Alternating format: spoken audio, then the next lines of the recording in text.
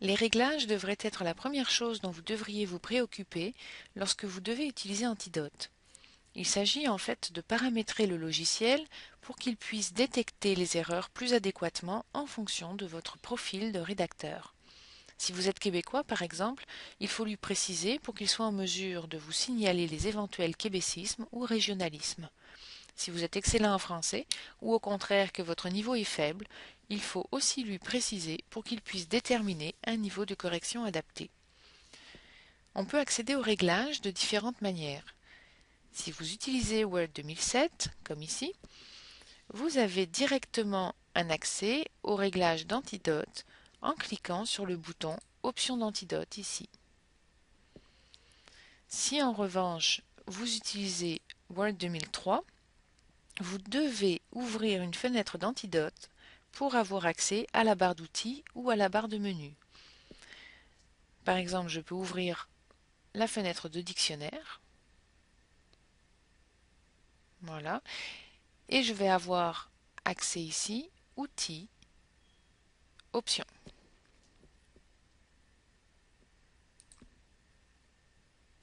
La fenêtre des options comporte plusieurs panneaux dont vous voyez la liste ici à gauche. Nous allons voir rapidement ensemble les plus importants. Sous le tutoriel que vous êtes en train d'écouter, vous trouverez un fichier PDF qui contient des copies d'écran des réglages les plus courants à appliquer pour une utilisation adaptée aux étudiants. Vous pouvez télécharger ce document. En revanche, si vous avez l'intention de faire un usage intensif et exhaustif du logiciel, je vous encourage à lire les références complémentaires fournies par Didacticiel afin de connaître dans le détail tous les réglages qui peuvent s'appliquer. Ces références se situent dans la partie droite de la page du site internet sur lequel vous êtes. Bien, allons-y pour un aperçu. Tout d'abord, en bas ici, les jeux de réglage vous permettent d'ajuster le logiciel en un minimum de temps. Vous pouvez demander à ce que le niveau d'alerte soit fort ou faible. Si vous écrivez un courriel en langage familier, vous pourrez vous permettre une détection d'alerte faible, ici alerte minimale. Si en revanche vous souhaitez écrire une lettre importante dans un langage soutenu, il faudra régler ici sur toutes les alertes.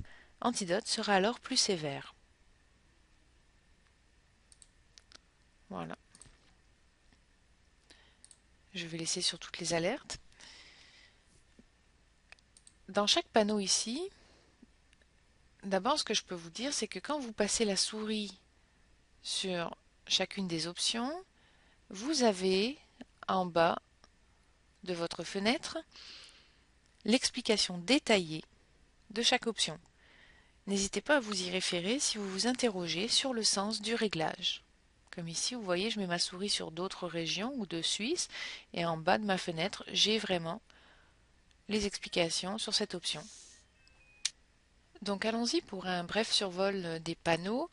Dans le panneau locuteur, vous avez donc la région linguistique que vous devez indiquer. Donc si vous êtes de la France ou du Québec, vous pouvez préciser si vous êtes de langue maternelle française ou pas et définir votre habileté en français écrit, minimum, moyenne ou une habileté maximum.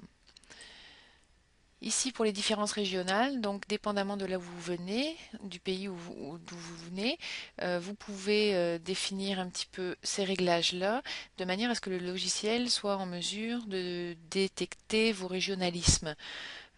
Pour le Québec, par exemple, il peut s'agir de québécisme ou de régionalisme, donc il va y faire particulièrement attention. Au niveau des pronoms personnels ici, donc vous pouvez déterminer si quand vous parlez, le je est plutôt féminin ou masculin. Donc s'il s'agit d'une fille qui écrit, vous allez régler ça sur féminin. Ou si vous êtes un garçon, vous pouvez régler ça sur masculin. Donc les accords vont se faire ou vont se corriger plutôt en conséquence de cela. Évidemment, dans le cas d'une utilisation générale dans un centre d'éducation, pour des étudiants, on laisse plutôt selon le cas. J'insiste un petit peu sur le vous ici, car il est possible d'utiliser ce qu'on appelle le vous, de régler ça sur le vous de politesse, qui peut être masculin singulier ou féminin singulier. Donc si vous souhaitez utiliser un vous qui n'est pas forcément pluriel, Vous pouvez régler ça sur le vous de politesse pour un masculin singulier ou un féminin singulier. Ensuite, si je regarde le panneau analyseur, donc moi j'aime bien cocher toujours cette option-là, un retour de chariot est toujours fin de phrase. Donc ça permet de détecter finalement, dès que vous sautez une ligne dans votre logiciel de traitement de texte, la phrase doit être finie. Donc si ce n'est pas le cas, il va vous le mentionner. Corriger d'emblée. Donc ça c'est une option très très importante dans le sens où il faut surtout pas cocher cette option-là, car si vous la cochez, Antidote ne vous demandera pas votre avis avant de corriger les fautes. Donc ça peut sembler tentant de lui laisser faire le travail tout seul, de le laisser faire le travail tout seul, mais ça peut être dérangeant justement si le but euh, de vous servir d'antidote est de vous faire apprendre et de vous améliorer en français. Donc, de vous faire réfléchir sur vos fautes. Donc, ne cochez pas cette case corriger d'emblée. Cochez plutôt celle-ci, confirmer la correction. Voilà. À part ça, si je regarde le panneau langage, donc les niveaux de langue sont définis ici. Il va détecter tout ce qui peut être très familier, argotique. Ce qui est important aussi dans les termes offensants, c'est que si vous réglez ça au maximum, il va vous détecter vraiment tout ce qui peut être des termes injurieux, racistes ou sexistes ou homophobes. Donc mettez toujours ce réglage-là au maximum. Les termes inconvenants, grossiers, etc. ou blasphématoires. Donc ça c'est pareil, moi je laisse toujours ça au maximum.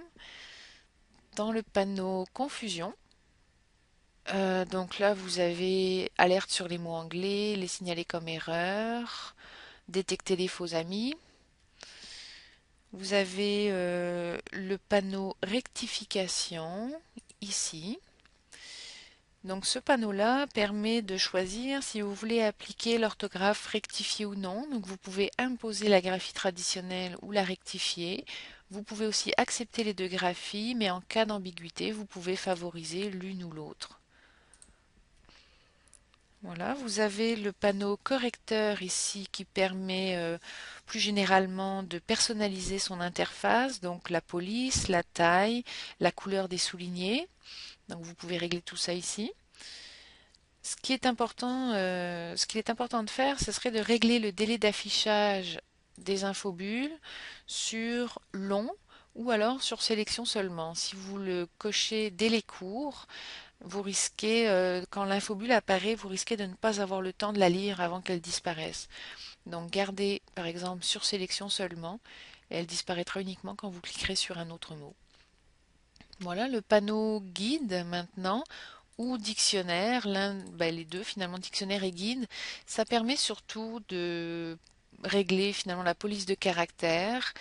Ce qui peut être intéressant dans ce cas-là, c'est que vous pouvez choisir une police de caractère qui est reconnue comme étant plus facile à lire par des personnes dyslexiques ou dysorthographiques. Donc je sais que par exemple dans ces polices-là, il peut y avoir la police qui s'appelle Comic sans MS. Je sais que la police Arial est bonne aussi.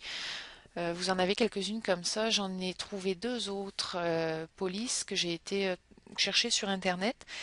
Une qui s'appelle Lexia et l'autre qui s'appelle Indica. Je pense que je vous ai mis ces polices-là juste en dessous du tutoriel. Elles sont disponibles au téléchargement aussi, donc vous pouvez les récupérer, les installer sur vos ordinateurs et les utiliser ensuite les tester ensuite avec vos élèves, vos étudiants dyslexiques si vous en avez ou si vous l'êtes vous-même, vous pouvez tester ces polices-là.